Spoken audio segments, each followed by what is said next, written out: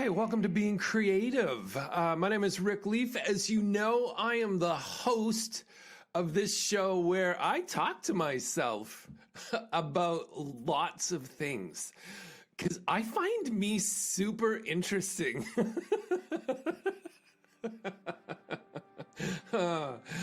Always interesting. Oh, well, what are we talking about? We're going to talk today about, of all things, creativity. In fact, the creativity takes energy, a specific type of energy. And to operate, if you are so interested, at the highest levels for days, weeks, months, or years, you simply can't allow the distractions of life to drain your creative energy. And yet, I'm going to argue today that is almost all of what social media does, and it's going to be the launching point for today's conversation that I'm going to have with myself. Well, I should be fair. There have been reports that even at times, there have been gusts of up to 4 people listening to these episodes. So if all 3 of you are listening, let's get started. So for me, every time I want to jump into the conversation of creativity, I feel like I need to start with what it is that we're actually talking about, because so many people go, well, being creative means being artistic. And sometimes, we are artistic when we're being creative, but to me, creativity is really about problem solving. It's about bringing your experience, your education, your talents, your gifts and abilities to bear on a situation, on a problem more often than not, and how you are going to be creative and solve that. And so if we're talking about that, creativity sort of as problem solving or ways of tackling things you want to do in your life, one of the things I find the most fascinating as a creative person and as a career creative, if I could put it that way, is that some people, they just want to talk about problems. They don't want solutions. And I've kind of racked my brain over the years, like, why in the world would someone be content to just identify, here's a problem, here's a challenge, and actually not be willing to consider potential solutions? Why would somebody do that? And for a lot of people, I think it's because they know that solutions take work. Solutions take commitment. They take persistence. Solutions are often uncomfortable. We're in a situation right here. Here's the problem. I could just complain about the problem. I could just tell you about the problem. I could commiserate about the problem. We could banter back and forth about the problem. There's no downside to that, in the sense of nobody's expecting anything to come out of complaining. Nobody's expecting, you're just commiserating and you're just saying, well, here's this problem, whether that's personal or professional or whatever. That's bonkers to me. I just don't get it. I don't get that, except I should say I didn't get it until I realized, that takes nothing. There's no risk. There's no vulnerability. Anybody, you can complain about the weather. You can complain about your situation or your job or anything else. But to offer a solution, a possible solution, well, now you're kind of putting yourself out there, because what if that solution doesn't work? What if that solution's uncomfortable? What if, for a brief moment in time, the solution or taking initial steps towards a solution actually aggravate the problem to some degree, so that everybody's forced to, change what's creating that problem? Well, now there is risk. And I think that's got to be why so many people are just happy to be feeling powerless, feeling like I can't do anything. What they mean is, I don't want to do anything because doing something might make this uncomfortable in a different way. And it might put my role or whatever in this situation in a different way. So I'm just comfortable being here complaining.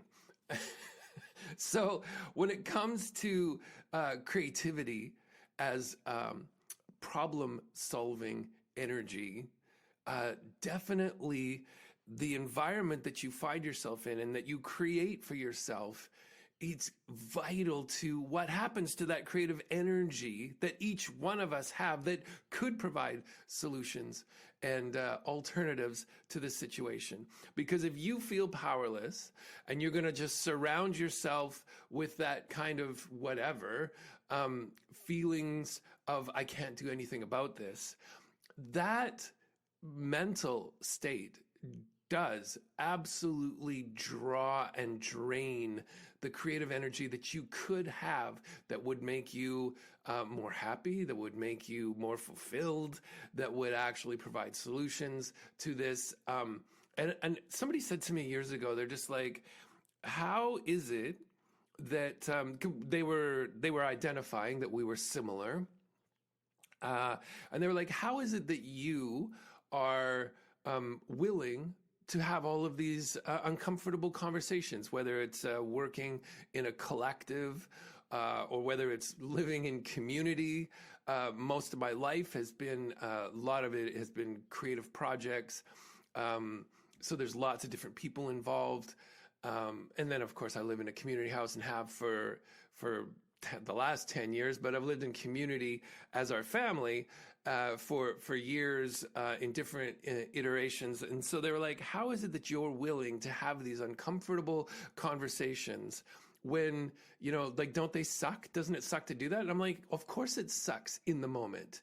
And of course it's stressful and you're nervous. But I'm like, if you don't believe that what is on the other side of this uncomfortable conversation could be infinitely better, that this toxic situation could be resolved and you could find yourself actually loving this situation, loving working with this person, loving touring with this person, or living under the same house with this person. If you can't imagine how it could be better, then yeah, I'm sure you talk yourself out of it. But I hold on to the idea that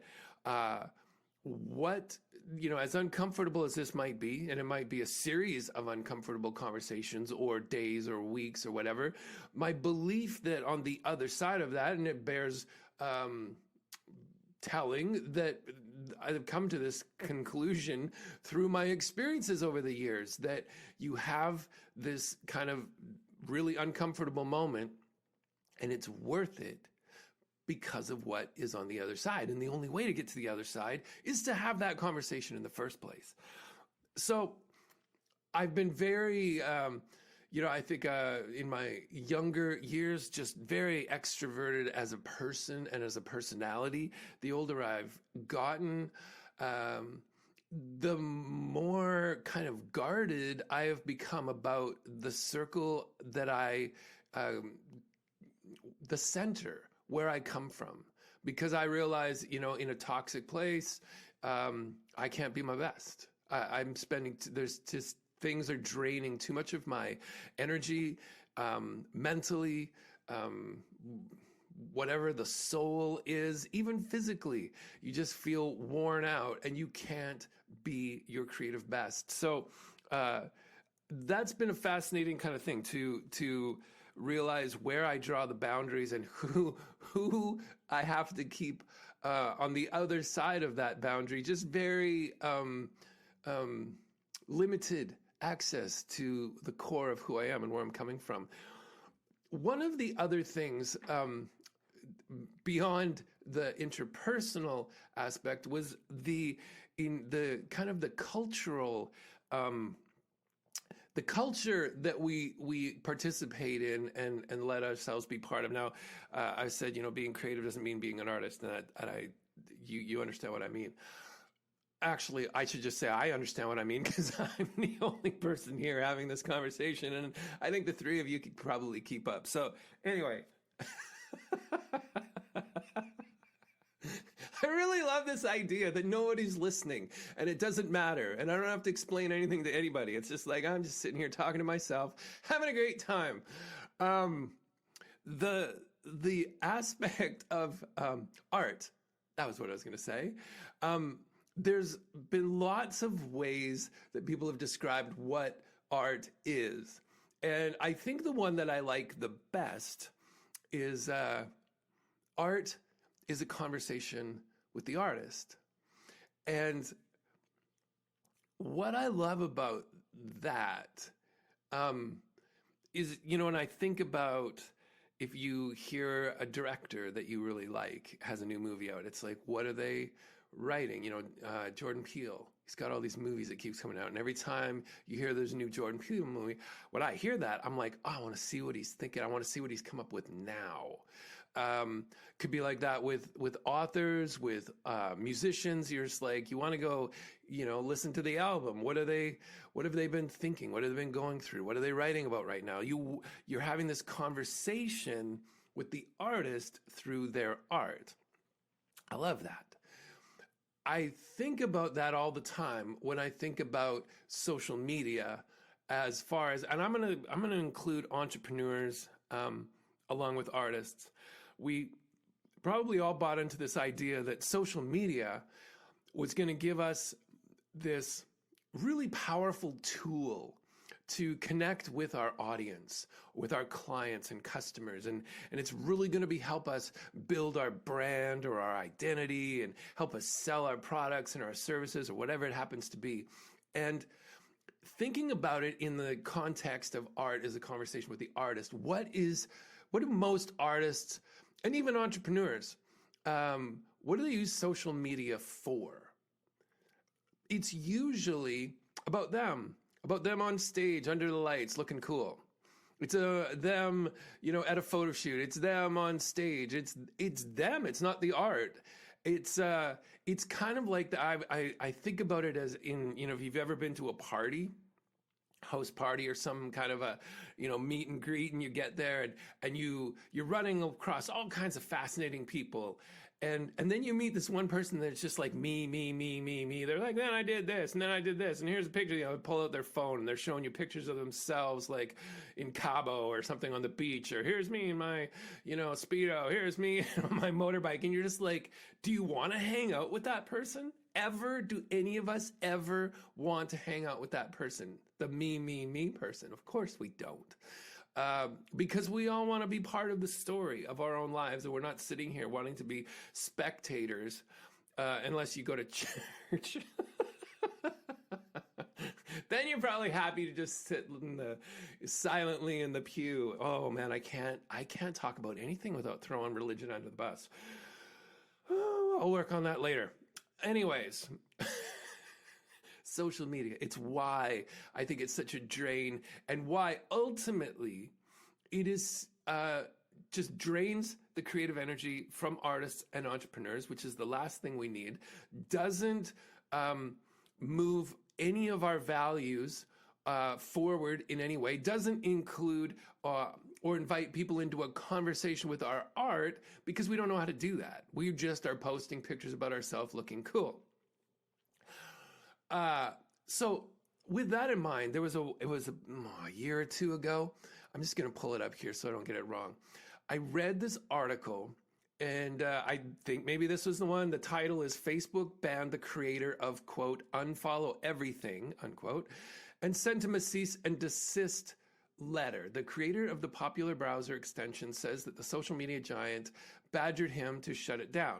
I'm not going to read the whole thing, but Lewis Barkley says he created Unfollow Everything to help people enjoy Facebook more, not less. His extension, which no longer exists, allowed users to automatically unfollow everyone on their Facebook account, thus eliminating the news feed feature, one of the more addictive parts of the company's product. That's all I need.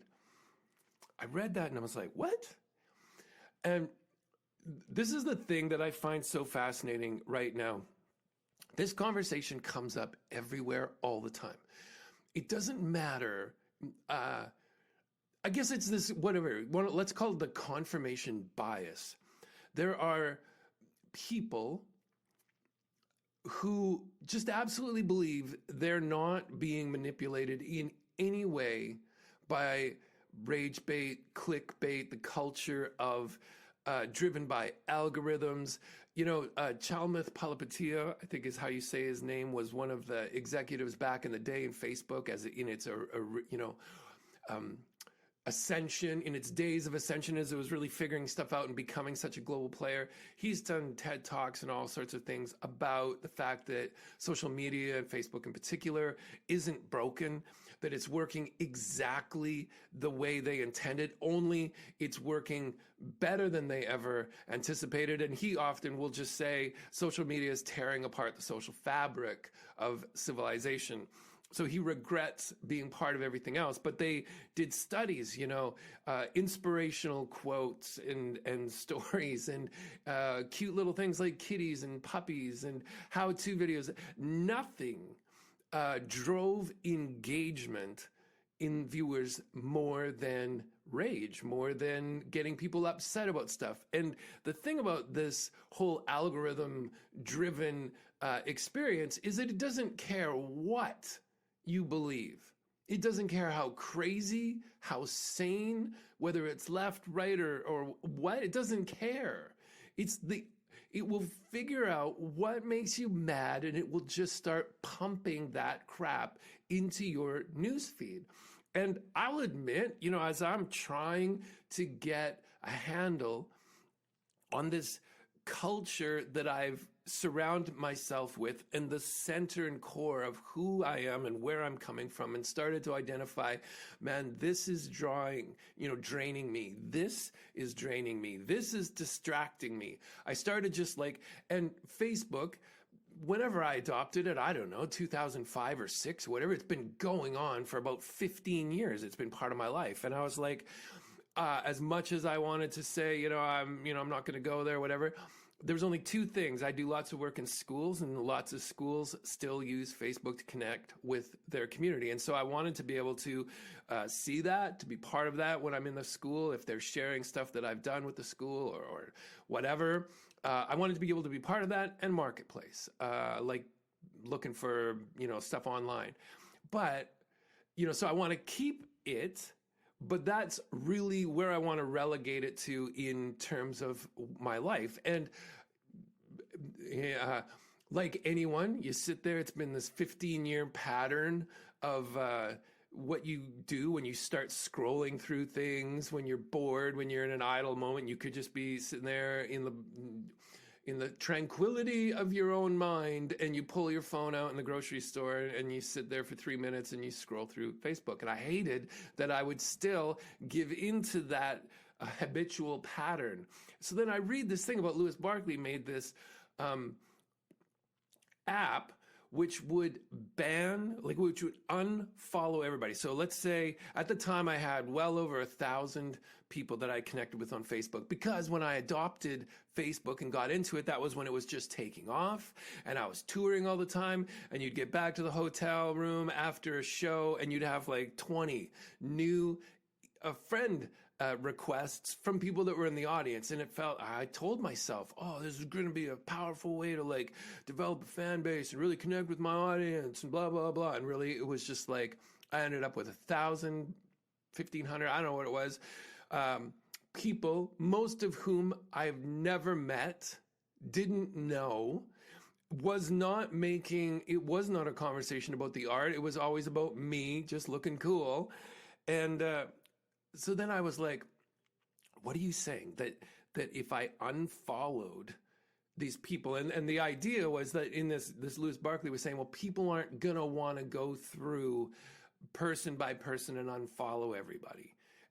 So he made this app that would just do it with a click of a button. But I was like, whoa, you can do that? Facebook had banned him and his app doesn't exist anymore. And so I went there and I was just like, it's daunting. You got, 1,500, 1,200 people, and you're just like, well, I should just start with the people I don't know. I should just delete them.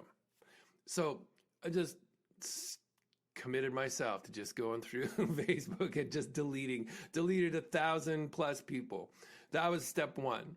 And then I'm left with, 100, 200, I don't know, mostly now we've got family and friends and people I work with. So, I've got it as low as I can, but I'm like, now I have to go through and unfollow everyone.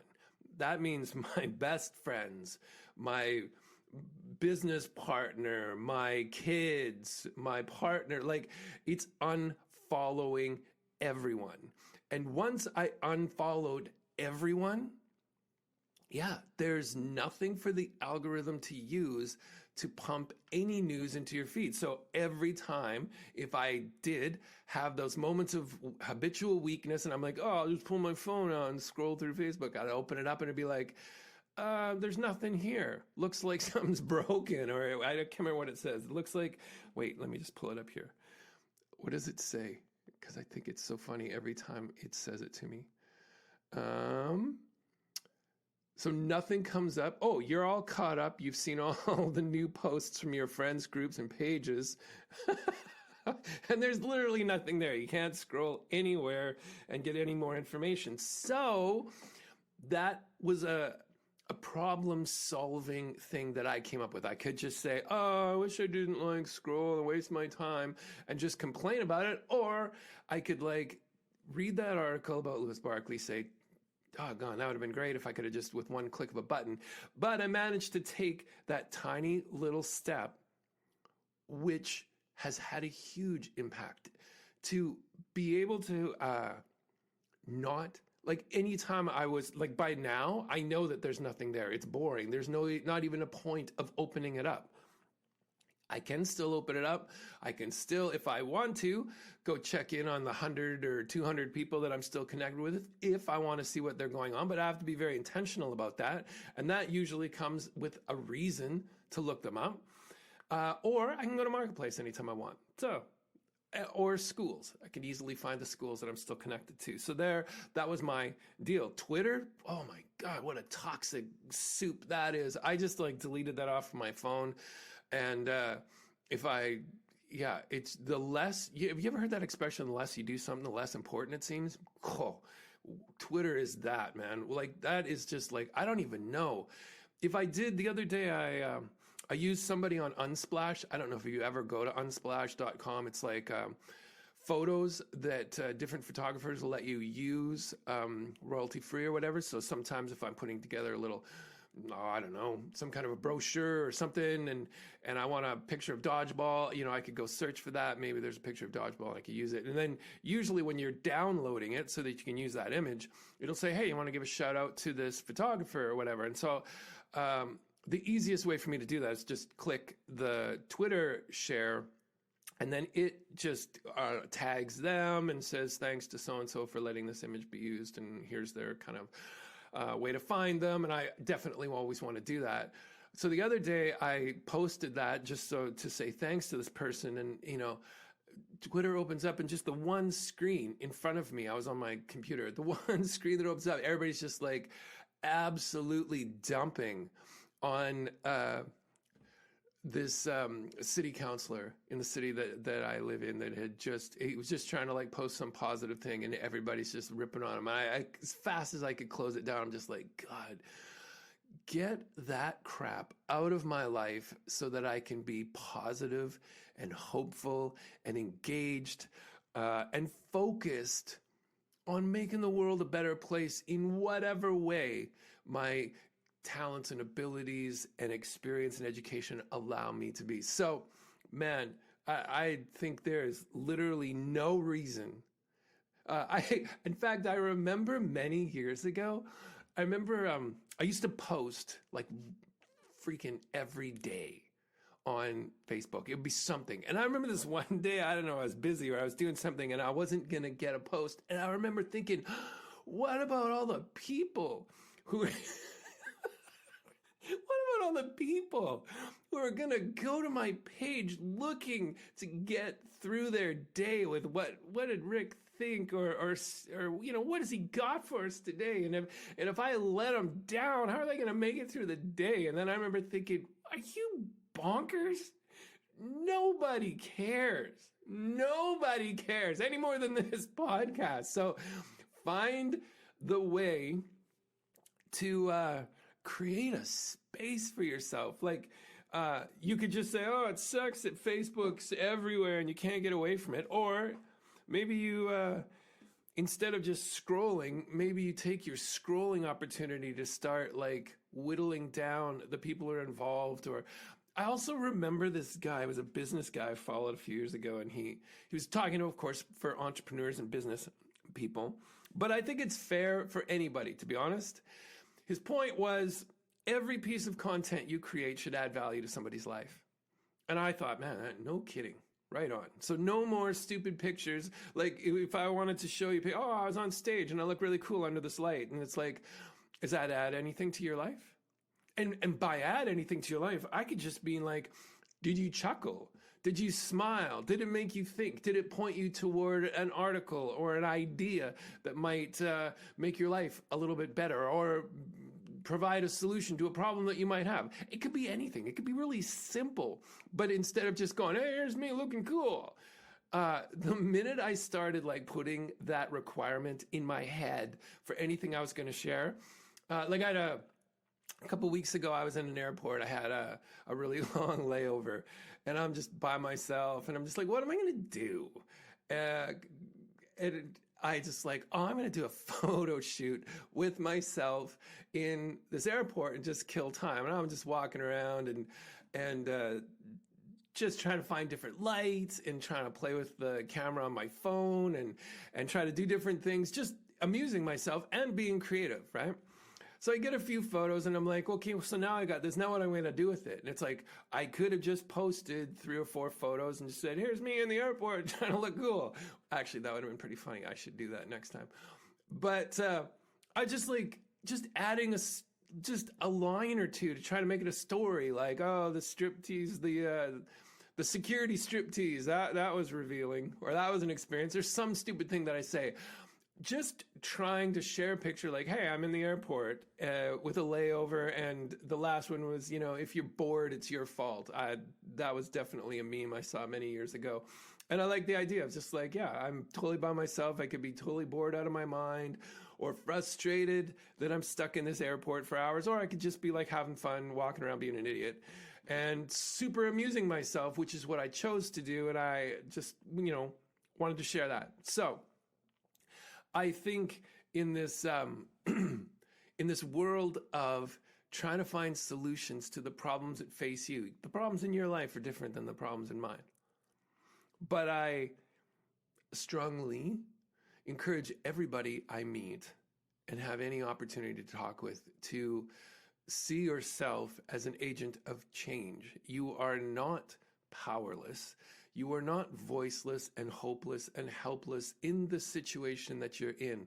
The solution that you may be looking for, or that you maybe even know, what direction it lies, it is worth the uncomfortable, making the situation now a bit worse if it's going to take you to where you actually want to go, where it's better, where things are better. And I hope you have experience with that happening, so that, in your moments of doubt and fear, you can look in the mirror and say to yourself, look, man, we've been here before, we've done this before. And that if we get through that conversation, if we get through that, deleting that social media app, or if we get past having to share our personal life for the validation of strangers, friends and strangers, so that we can make it through the day fully distracted.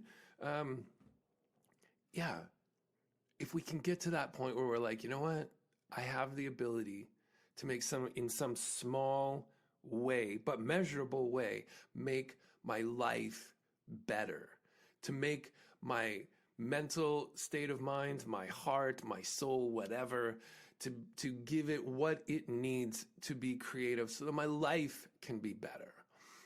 I'm talking about the validation of friends and strangers.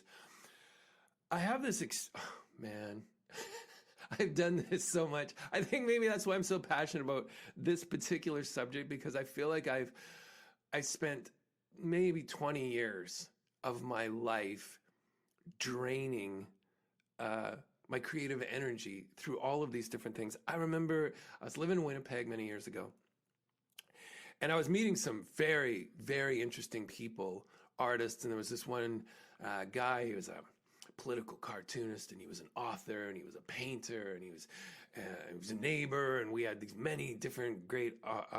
He was really an interesting guy, really impactful in my life at that time.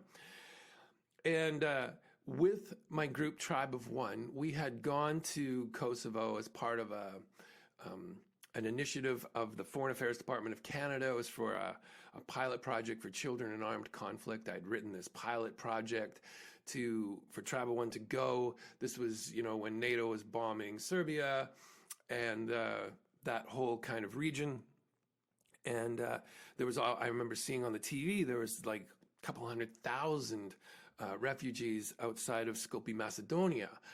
And as the news reporters were like going, in the camp, they're like, among other things, they showed all of these children, and there's nothing to do in this camp. There's no playgrounds. There's no soccer balls. There's no coloring books. There's nothing for them to do. So not only is it this horrific event where, you've had to flee your country and maybe you've lost family members or whatever. Also, now you're stuck here for however long, just absolutely nothing to do. And so I had proposed to the government, let my band go and let us do just concerts, some kind of performance every evening to give something that could happen. And during the day, we would do music or art or dance workshops with kids, just something to do, something creative and whatever. And God bless the government. They said yes, but it took them so long to say yes that the war was over and everybody went back. So they kind of tagged us into this United Nations cultural event hosted by Vanessa Redgrave, and it was all of these who-whos of sort of humanitarian art world. So Philip Glass was there, and the Martha Graham Dance Company from New York, and Lebo M, or whatever his name was, that wrote Circle of Life from The Lion King. And there's all these different people. Ourselves, Tribe of One was there, and a fellow, two other groups. The Men of the Deeps, which is a group of men's choir. They were all coal miners from Cape Breton, and Bruce Cockburn. That's where we met Bruce Cockburn. And so we developed, this, friendship kind of art in walking around Kosovo and different things, and had met up with Bruce Cockburn a couple times back in Canada while he was touring or I was touring, whatever. And so I had this idea. I was like, I'd like to propose to the government to go to Afghanistan where Canadian troops were and do that kind of, go play for the troops.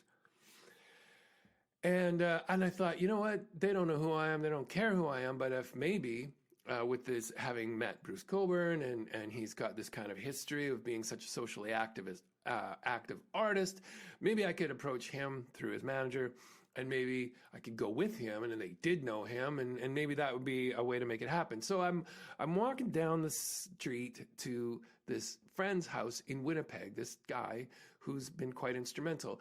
And I bring up this idea. We sit down and have a glass of wine, and I bring up this idea. I'm thinking about whatever, talking, Bruce Cockburn, see if he wants to go to Afghanistan. And this guy looks at me. And of course, I'm telling him all of this because I hope he's going to say, oh my God, Rick, what a great idea. That's so amazing. Yeah, you should absolutely do that. And get the validation from this guy. Instead, he's like, that's the stupidest idea. Bruce Cockburn isn't going to he doesn't want to support the military complex in this war of aggression and BS and whatever. He's like, it's the dumbest idea I've ever heard. And I'm like, oh yeah, that is a stupid idea. What? 6 months later, I read in the paper Bruce Cockburn went to Afghanistan to play for the troops. Now, I'm not mad at this guy, my neighbor, who poo-pooed the whole idea. I'm frustrated with myself because I realize, why was I doing that? Why did I bring that story up to him? I was looking for validation. I was giving my ideas to someone to say yay or nay or whatever who had nothing to do with it. Even if he'd said yes, and you go, Rick, that's a great idea. What would I have done? Felt good for 30 seconds, a minute, and then walked home and said, yo, Bob thought that was a really cool idea, and done nothing, which is what I did, nothing. And so I realized, we want to share ideas. We want to share looking good on stage or doing this thing, or I read this book, or whatever simple things of our life. We want to share that with others. Why? For the validation that we can get. And most often, I think that's what social media really is relegated to for artists and entrepreneurs, just seeking validation from people who are probably not invested in any way in what it is that you're doing, because they're not your audience, they're not your clients. So it's just wasted effort and wasted creative energy, and being creative takes a ton of both. So it's a gigantic waste. So I kind of got to the point where I'm just like, I just don't do it. Not that I think, and to me, social media is just a tool. It's not its fault, if you would, like a carpenter is not going to be mad at the tools if they choose the wrong tool on the job site for whatever task it is that they're at hand. It's like, you're not going to blame your hammer if you're trying to cut a board. It's like your fault for not realizing what the tool was made for, using it intelligently and correctly in the right place, in the right time, in the right way. So the things that are in our life, I guess that's just where I'm at. I don't care what you do.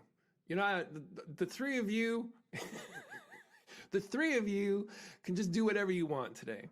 But I guess I'm throwing this out to the great cosmos to say, hey, world, I have figured this out. I've figured out that there's, last story. But man, in the last, okay, I'm going to ask the three of you a question. Over and over again, I want to say for the last 6 months, I find myself in a situation where I'm kind of talking about this stuff. I will bring it up in a conversation. And the person will be like, yeah, I don't buy into any of that left and right stuff. I don't, I'm just totally like my own thing. I know all about the algorithm. Yeah, I'm not, motivated by that at all. I'm not like influenced by that at all. But the thing is, like, we know that if the air we breathe is polluted, if the water we drink is polluted, if the soil that we're growing our food that we're eating is toxic or polluted, we can't be healthy.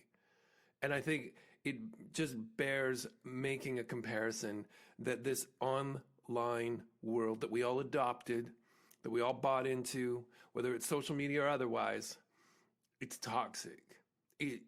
It's not neutral. And if we don't take distinct measures, personal measures, something to take control over our responsibility and how we interact with it, it's going to drain us. It's going to deplete us. It's going to distract us. It's just the way it is. And and again, I don't care what you do or how you do it, but if you want to be creative, and creativity is a mindset. It's a lifestyle. I say this every single time. It is, and it produces an energy that either empowers, resiliency and the confidence to face the challenges that life's throwing at us every day. And if it does that, that creates momentum. And every time we're faced with another challenge, it's not like starting from square one. It's not starting from a dead stop. You have some kind of momentum to roll into the next challenge. Or you're trying to push a big boulder up the hill by yourself. It's like your kind of choice. And I've just happy. The more I have distanced myself from all of this, the more I realize nobody cares. The more fun it is to sit down and just do a podcast like this, give myself a moment to think about it, to put it into words for myself and the three of you. So I hope you enjoyed this little rant and conversation. Lots of room for two two of you, even all three of you, if you wanted to leave a comment or ask a question, do that. But in your doing, remember, man, we are capable of infinitely more than we give ourselves credit for on the average day. So don't make today an average day. And until next time.